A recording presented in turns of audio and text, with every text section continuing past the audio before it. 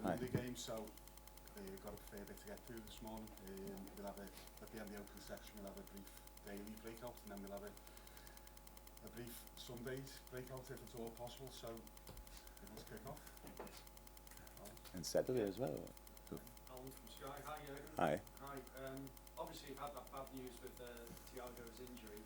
And with the other injuries that you have in your squad, are you happy with the size and quality of your squad, or are you still inclined to strengthen in this transfer window? So, I'm happy with the strength, size, and quality of my squad. But we have injuries. That's how it is. Now it's the question: how long will the players be out and stuff like this? And there are different solutions for it. One of them, plenty, I would say, and one of them is the transfer market. The transfer market makes only sense if you can bring in the right player. So the right player, not a player, because it's easy to bring a player in, but that doesn't help even a week. If we have some player, and if we bring in the right player, then it could make sense. But we always actually would have done that from the first day of the transfer window, from the first day of the preseason. So I would have done it, but it's just in some cases not possible, and in other cases extremely difficult. So and that's why you don't have to think about a lot about it. It's not, if something's not possible, why should I then constantly say, well, but if not, then we cannot exist. We can.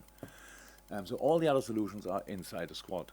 Yes, and we have now, in the moment, definitely too many injuries. That's clear. A couple of boys coming back. Nabi will be back, and for Monday, and Kostas will train today the first time, so he might be back as well. And that's the situation. We cannot.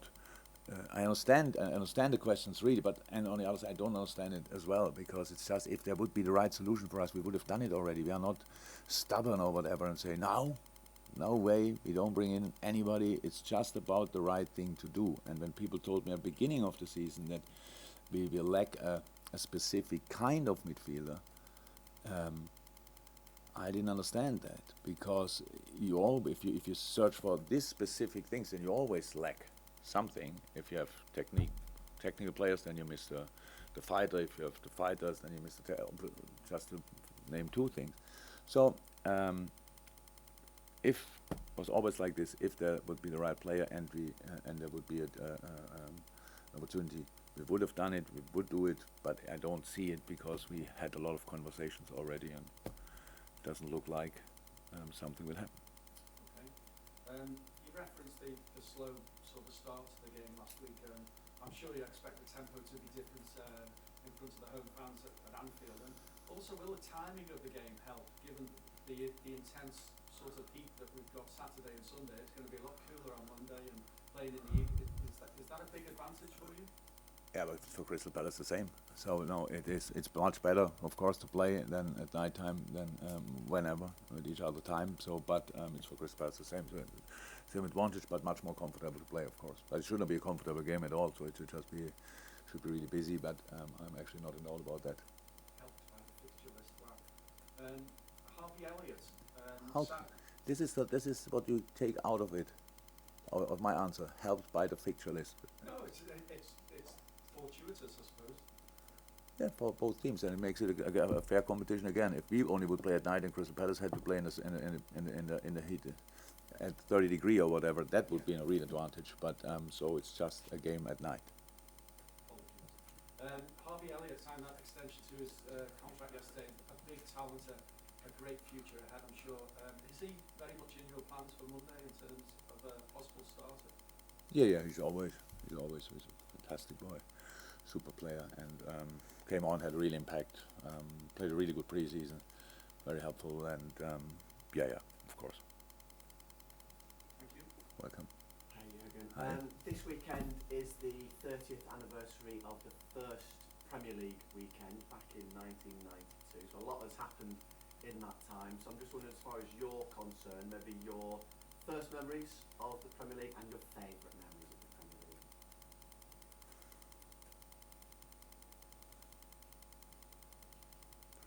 My first memory of the Premier League. I have memories of Premier League. I wouldn't say there were highlights when I watched games before, but then it was the first was obviously the away game at Tottenham. I mean, just in general, not necessarily for Liverpool, but actually your favourite one then? Favorite. It's easier. We didn't even play.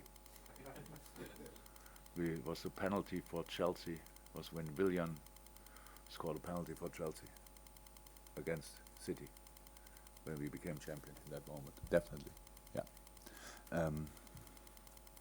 There was a mix of everything. I can remember the situation before. It was a chance of Chelsea, like shooting, defending, shooting, blocking, and then handball, and everybody was shouting in the moment, handball! And it was not immediately the whistle. And the whistle came, and that was the first celebration. And then, and I'm actually absolutely not like this. Honestly, I watch football games completely with other teams. I'm not involved. I couldn't care less. It's always kind of analyzed, watching, learning, whatever. But it was completely different in that moment. I was really hoping it will be a penalty, and I was really hoping that Willian keeps his nerves. And when he kept it, then it was was my Premier League moment. Good stuff. Roberto Firmino, if he does start, it's his third start in a row, which he hasn't done, I think, since February or March, and it's 3 starts in a row. And his next start will also be his 200th Premier League start, which is a decent enough milestone as well. So, how does he figure now, Roberto Firmino? Has his role evolved in terms of what he does from now, from where he is? How would you sum up how important he is to you now? Very important. Very important. Well, so if we take now the our last game, and it's like against Fulham, we didn't find probably there were different reasons. We saw and analyzed a lot. It was can't speak about it, but it was something that had nothing to do with us, to be honest. But because the center was very often blocked. Maybe if you want to watch it back, and I see it as well, and then not by players, and then. That's why it was a bit difficult for him to get into the game, and we didn't play well. And it's always for an offensive player not easy to show up really. But apart from that, I don't obviously judge Bobby because 1 game or 2 games or whatever. Bobby is a fantastic player, and had a good preseason, not a perfect preseason, but a good preseason, and that's all what he needed. That he could have the amount of sessions. He had and could train as often as he did, and he will benefit from that definitely during the season. And from there we go. But 200 starts in the Premier League is not bad. Most of them must be with me. He didn't start before I arrived.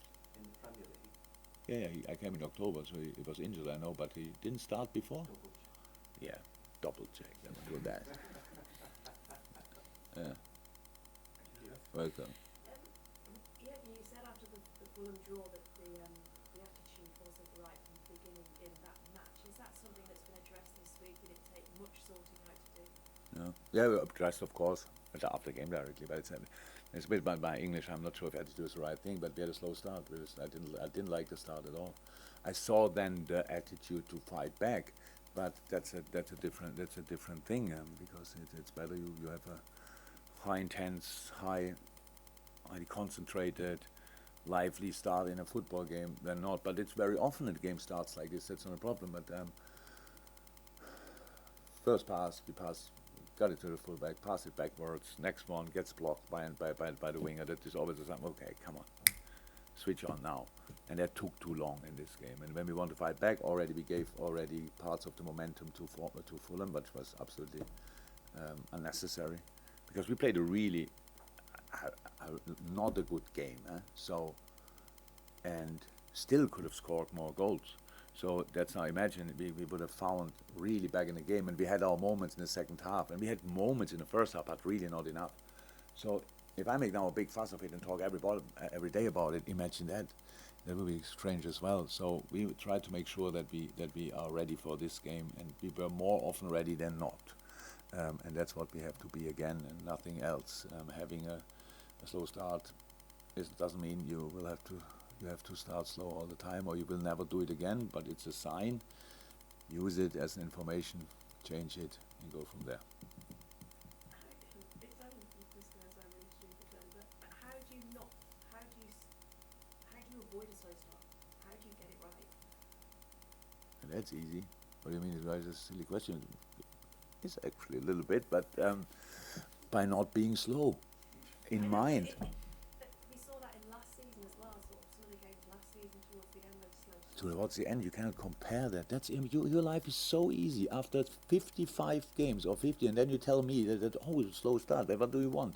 So you have to find a completely different situation. This is the start of the season. It's completely different. I promise you, I didn't watch these games back, but I heard already that now we conceded goals or whatever in it.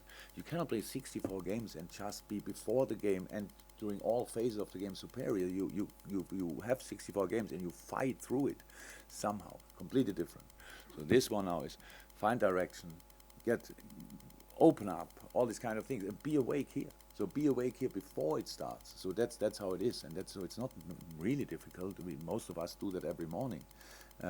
Some of us start every morning slow, and some of us start and are awake and could start working in that moment if they will need a bathroom. So and that's the difference. But these boys still more often than not. But I don't like if you find one thing in the stats and stuff like that, then you come here and tell me that as it would be the truth. It's not. If the truth would be that easy, my life would be much easier. That would be really cool. You just mention it, done. But unfortunately, each week in a different situation and face a different team. And we have to be ready for all of them, and that's what we tried this time, better than last. Mike Hughes. Jurgen, as disappointed as you were with the performance last week against Fulham, sometimes can there be merits in terms of for the players that, at this point in the season, you've got to be focused every game, you've got to be switched on. So sometimes can it be a bit of a warning sign? Yeah, of course.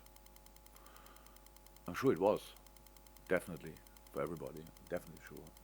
I know that the boys didn't like it as well. It was not that when I told them after the game that was not good enough, and they thought, what are you talking about? So I know exactly that the boys knew it as well. So it's how I always said, you can lose a game, but you have to learn from it, and that's in this case exactly the same, because it felt like if we would have lost, it was exactly the feeling I had when I left the stadium, but we didn't. That's the good news. We got a point. And now let's go. How encouraged have you been with the work together as a partnership between Darwin Núñez and Mo Salah? That not had much time to play together, but already there are really encouraging signs of what they can do. Yeah, it's a cool partnership, definitely. It's two players who are determined to score and be in the decisive areas, coming behind the line, wherever the line is. It's very helpful. Mo is in a really good moment. So and Darwin is settling in. So I think Lewis just missed the goal, if you want. Really good moments, really good situation. Two chances. One was post, I think, or crossbar, and then got blocked by in another situation. So we were lucky, and he scored. That would help him as well massively. But apart from that, so that was this department was not our problem at last weekend. No more for the open. Carl at the back, sorry.